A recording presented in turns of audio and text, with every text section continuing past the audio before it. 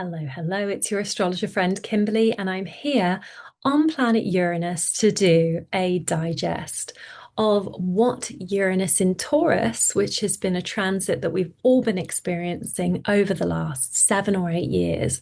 We're going to look at what Uranus in Taurus might have delivered in terms of gifts for you.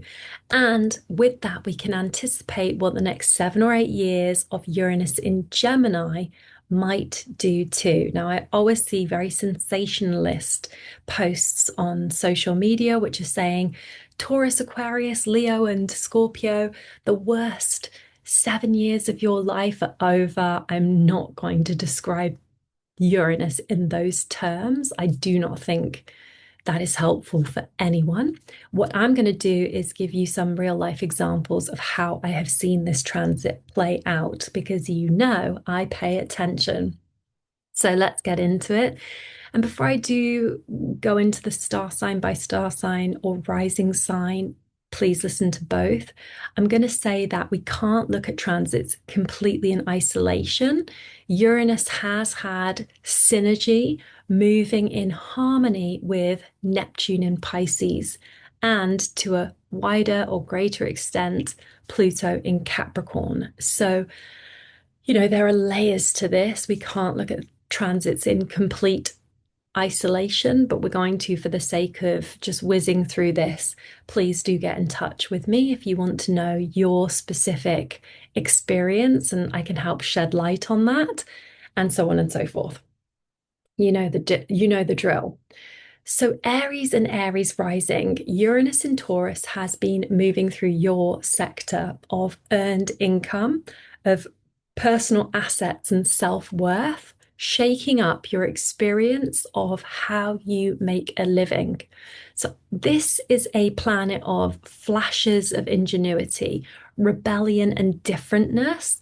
And for Aries, I've seen this play out in the fact that Aries have been making money in inconsistent ways, but also having flashes of genius or working with subjects that are unconventional that bring them wealth and money.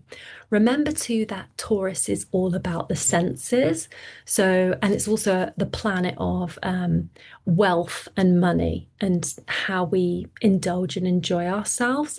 So, working with like consumerism, fashion, or the senses, listening, seeing visual beauty, the arts, but also perfume and smell. Anything that kind of allows us to really indulge could have been a win for Aries over the last few years, making money wise. Okay, on to Taurus. For Taurus, Uranus in your zodiac sign could have brought about a complete change in your identity, your purpose, who you are as an individual at your core. Taurus rising. I've seen people have revolutionary experiences with their physical body. So, someone I know took health and wellness really seriously, like doing workouts, using apps and technology to track sleep, to track diet and health, and all the physical particulars. But I've also seen people make health changes that have completely changed who they are at their core, for sure. I've also seen people change because they've had children. So that's a massive change in identity, going from like being just a regular person to becoming a parent. Like that's a massive change in identity too. So if you're a Taurus, you're going to want to know where in the sign your sun is. Are you born early in Taurus season, the middle, or the end? And you might be able to roughly calculate when Uranus was going over your sun, or feel free to ask me. Or if even you're interested in somebody else, it's pretty easy to see when Uranus was conjunct their sun. For the Gemini and Gemini risings, oh, and I'll just say about Taurus as well. I noticed that Uranus through Taurus gave people that were Taurus rising or Taurus suns an absolute liberation from relationships. So the seventh house governs relationships. The first house governs self, identity, personal life, mind, body, and like who we are at our core as an individual. And with Uranus, this liberating planet of surprises, shocks, but also liberation, I really noticed how, like, a lot of Taurus rising people were really, really very, very okay with being single. So just that observation there as well. It's about self and identity, but yeah, a very, very okayness with being single. Okay, then the Gemini risings. This one's a little bit more nuanced to describe because basically Uranus was going through the 12th house of unconscious, dreams, healing, sacrifices, and selflessness. So this can also be a house that's considered gestational because we're in a state of limbo when we're experiencing the 12th house. The 12th house is the liminal space of endings and renewal. It's everything that happens in sleep or, in anesthetic states. So imagine somebody comes to shut down a business. It's kind of like when the closing hours are there, everything's shrouded in mystery. So a lot could have been going on for the Gemini risings, awakening them in mysterious circumstances. And it's an awakening that allows them to be inspired from the inside out. So, I knew a woman who gave me a really good example around her having a baby and that selfless act of having a baby. And I know I just spoke previously about the Tauruses and the Taurus risings becoming a parent and that being a shift in their identity. But Gemini rising is different. This is stuff that's going on hidden from view. So oftentimes we'll consider the pregnancy as being very shrouded in mystery, like the baby can't be seen and it's a surprise when it comes out. But that experience that's happening completely in private would be that stuff going on behind the scenes. Also, people having mysterious circumstances of all kinds of things. Like I know several Gemini risings who have had accidents or injuries, and Uranus is a very sparky planet. It's the planet of, you know, upheaval and distractions, and that being a calling within that's distracting and, you know, being a bit of a pain in the neck, really, to have stuff going on subconsciously that's also, painful, basically. But that's what I've seen is for the Gemini rising, some people having a call to heal. Dear, oh dear. Anyway, Cancer risings. For these people, Uranus has been transiting their sector of friends and community. So this may have led to a very different approach or a very different understanding of what community is, what community can mean, what community and friendships can represent.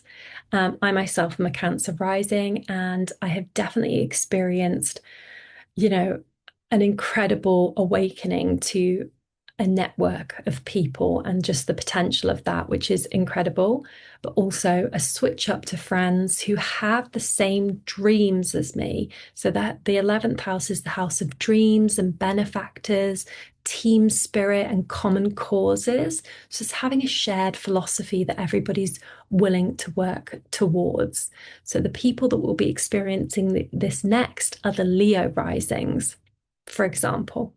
So Leo risings can look out for radical people, free thinkers, rebels, people who are completely unconventional. And I would say that this is about being friends with people who are unexpected friends and allies, like people that you weren't expecting would become your friend.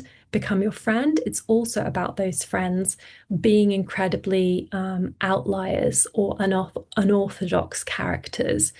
So, just basically very different people than what you would normally be friends with, or people on the fringes of society as well. Okay, for the Leo risings among us, Uranus has been tracking and transiting at the very top of your horoscope. This is the area of your reputation, how you are seen, your professional profile, your career profile, visibility. So it's how you're known as a success. So the story or the title that you have above your door or on your desk may have changed, or you might be making a name for yourself in areas of life that are different, rebellious, unorthodox, some kind of industry movement that you're making, like waves that you're making, could be incredibly different and unusual. So, for example, pushing the envelope with beauty, fashion, food, finance, or the way that you consume, the way that you operate in terms of real world items, because it's always got to be Taurus coded. I say always, and I mean always. Like it's the Taurus house of your horoscope. So technically, it would be branded or feature some Taurus tropes. So beauty industry is Taurian, the food that we eat is Taurian. So even having an affiliation with a food brand or an affiliation with a financial brand and so on. That's the Leo risings. But also, Leo risings could have also been seen in a way that was just incredibly like progressive and unusual. So, like, not the typical fill in the blank, not the typical mother, not the typical CEO, not the typical influencer, not the typical, you know, whomever, right? Unexpected career progress, unexpected vocation, a change of vocation. Then for Virgo and Virgo risings, for you, Uranus has been transiting your ninth house of wisdom, growth, and personal development. Now, for Libra, this would be the next one for the Libra and Libra risings. What I've seen Virgo experience is foreign people having a major impact on the Virgo risings so that they're able to open their eyes to other cultures, other way of, living life basically. And so the Virgo risings may have set up abroad or traveled spontaneously, or they may have worked with people that were foreign or been exposed to global issues. So if you know any Virgos or Virgo risings, notice what travel they've done. Or they may have even opened up to a different type of religion or faith or a life philosophy. Astrology comes into this as a ninth house. Astrology definitely could be there. Ninth house and Uranian. So note the Virgo risings, paying attention to that. And so you've got wisdom, you've got travel, you've got higher education, you've got courses, you've got all kinds of exposure to schools of wisdom, ventures, adventures, visionary projects, and so on. Mind opening, mind expansion. Next, for the Libra and Libra risings, these people have been having Uranus through the eighth house of intimate commitments, investments, bonds, and taboo topics like salary matters and how much things cost, and shared financial resources, trust, loyalty, reciprocity, how we come together to share. This may have led to divorces or breakups, or kind of like, I'm not going to take it anymore situations, or could have been very much focused on who one is able to trust. So there may have been opportunities for the Libra rising people to come together with unexpected partners, like relying on people in an unexpected way, family members perhaps, or learning something about not trusting people as well, like being shocked and surprised that, oh, that person didn't have my back, that person's betrayed me. Yeah, I've seen that too. Yeah, so that's the Libra risings, and also can be real world Taurus stuff in terms of buildings. Like Taurus is all about the real world property. So very much involved with building houses, and also so trusting the person that's building your house, trusting the person that's got a financial stake in your house. Very much about that. And family deeply being involved in that too.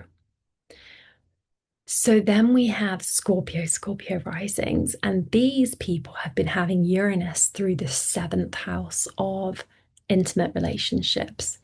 And so here, ideas about marriage might have been really disrupted or disruptive.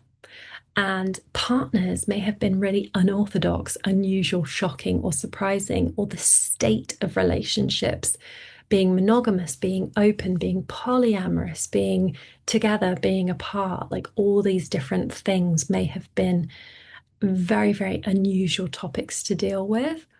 I say unusual, but they would have been topics to deal with, and potentially the topics would have been unusual. Also, just because somebody does not have a partner doesn't mean to say that this transit wasn't showing up in other ways with a client, with a therapist, with a person at work, with your work wife, or with a sibling, or with some family member, or anybody really. Like anybody can show up and be represented as a partner.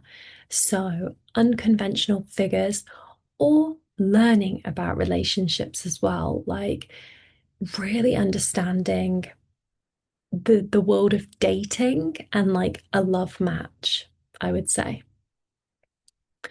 Okay, on to, as I say, it's really late here. It's like quarter to midnight. So sorry for my whispering, and I don't have bags under my eyes. It's just the light. Anyway, so on to Sagittarius and Sagittarius risings.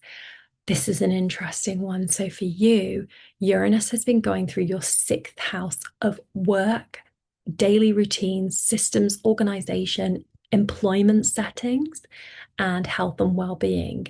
This may have delivered inconsistency in your place of work. It may have had disruption around co-workers or situations in your daily life that have been erratic, chaotic.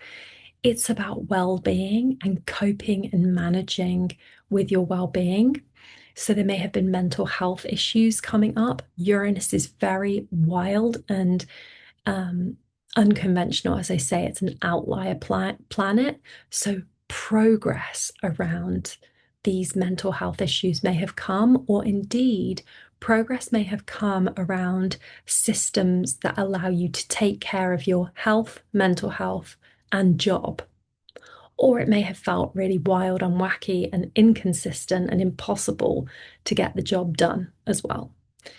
Just like, for all the different signs, it may have just been so spotty and erratic at different times that like Uranus has been sending shockwaves, through the cosmos. Like myself as an Aries, like I've had situations which have made it really difficult to work, or it's been a stop start, hopping around different in different ways.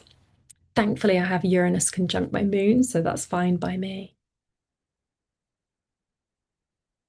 But for people who are Sagittarius risings, they may have found that their sense of purpose and their actual literal job changed. So, for example, they may have gone from employed to unemployed to employed to unemployed. But also their type of job may have changed. And they may have had flashes of genius, inspiration around the job that they do. So, coming up with some really, really wonderful, innovative, and technologically advanced ways to operate. Next up, we've got the Capricorns and the Capricorn risings. Capricorn risings. This Uranus transit has been in an earth sign like you, like Virgo, and it's been in your fifth house of recreation, procreation, and creativity. Recreation, procreation, creativity. That means sex, making a baby, having fun, basically doing all the things that lead to pleasure and meaning and satisfaction and gratification. It's artistic, it's creative. So you may have had a baby. You probably, maybe, might have had a baby as a Capricorn rising, or you might have fallen in love and had pleasure in a way that was unexpected. You might have had an unexpected hobby or found sources of joy and creative outlets in new ways, right? There's a word I'm going to use for this transit as well, is hedonistic. And a change of pleasure could mean that you go from someone who's hedonistic to someone who's on steadier ground. But because Uranus is so disruptive and so erratic, there may have been stuff around your own sense of pleasure, which has just been a bit of a head fuck, you know? And the idea of your sexuality and love life and fertility may have also been disruptive. Children might have also been a major disruption or chaotic or offered shocks and surprises and controversy as well. So that's the Capricorn risings. Pleasure, celebrations, joy. Oh, and also your artistic capabilities. You might have had major inspiration around a hobby, a craft. This is the house of crafts and holidays. So you might have gone on a spontaneous holiday, fallen in love. Remember, this is since 2019, 18, 19 permanently. So it's a long, long old time. Lots of developments. Then we've got the Aquarius and the Aquarius risings. This is another really interesting one. Uranus was traveling through the base of your horoscope. That is your property, your domestic life, the land where you reside, your approach to the past, your approach to your homeland, to your start in life, to your flower beds and how you root and ground yourself. So I've seen Aquarius risings getting stuck into the garden and also walking through the woods and getting back to nature, but also Aquarius and Aquarius risings having very tenuous relationships with parents, very shocking relationships and developments with parents, surprise passings as well, or just like very upheaval when it comes to parents and parenting. So Aquarius and Aquarius risings also home renovations, a change of address, big one. There's also been Aquarius situations where there's felt like inconsistency and instability because of a fear around the house, i.e., someone who I was talking to, I said, "What's going on with your home at the moment?" And they told me that they were in insecure at home because there were some robberies. So that Uranus, that kind of like not being able to feel settled in your on your base, on your roots, in your bed, you know. The fourth house is about our basket, our bed as well. And it's also our body. So there being potential for erratic stuff around your very body. Um, so then we come to Pisces and Pisces rising, the last sign. And for you guys, Uranus has been moving through your third house of kindred spirits, close connections, communication skills, language learning, teaching, writing, journaling, and neighborly local ties. So, this is another really, really interesting one. I have a great Pisces rising friend who has written a whole method, a business method, which she teaches and has written books on, which has all probably come about during Uranus in Gemini. She's a Scorpio sun, but she's a Pisces rising, and that's what this transit has been all about. And my God, was it inconsistent as well. It was a real stop-start. There was some real editing issues, so it was very chaotic at times, very frustrating. And that's the nature of Uranus, of being unconventional and like, is it, isn't it, is it, isn't it, that whole like stop-start quality. Also, there's, as I said, the word controversy around Uranus. So Uranus takes things and shakes it up and like shocks and surprises, but that can also mean that through the process of speaking about things which at one time seemed really controversial and risky, they become normalized. Body positivity is one of these things that used to be so kind of, oh, don't show your body if it isn't like picture perfect on social media. But I have a really close Pisces rising friend who is a complete, and she's a Taurus, a complete advocate for feminine pleasure, feminine bodies, and basically showing the body in its reality throughout pregnancy and so on and so forth. So Pisces can consider themselves as having a very strong message. Teachings, she's also somebody that teaches. She's also somebody that has a fantastic relationship with her neighbors in terms of her close-knit community. So that's been very interesting to watch as well. I remember once she did a like an influencer event with Lily Allen, who is a Taurus, sex toys.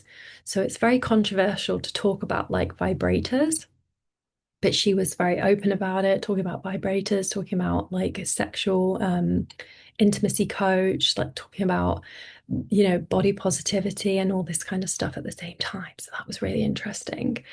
Also, just generally using social media for the Pisces rising people, not all, but some, being really good with using technology, progressive ideas. And what else do I want to say? Yeah, just having like an openness to the message as well. Like I know other people who are social media influencers with Pisces rising who have a really, I don't want to say unconventional message, but a message where typically you wouldn't speak about the things that they're speaking about, but they're just doing it and doing it well. So that's the 12 signs. Now, just to say again, we don't work in isolation with just that transit. Uranus has been in syncopation with Neptune and more widely with Pluto. We are moving into Uranus in Gemini, which will be syncing with Pluto in Aquarius. It's there for 20 years. That's a long old tour of Pluto in Aquarius. Anyway, this has been my wrap up. I would say more, but I'm afraid I just would be waffling past midnight and I might turn into a pumpkin. So that's my little synopsis. Please, please get in contact if you have any questions. If you've forgotten which house of your horoscope has been hosting Uranus all this time, or if you just want to say hello, hello, I will love to hear from you. Lots of love and yeah, happy Saturday night.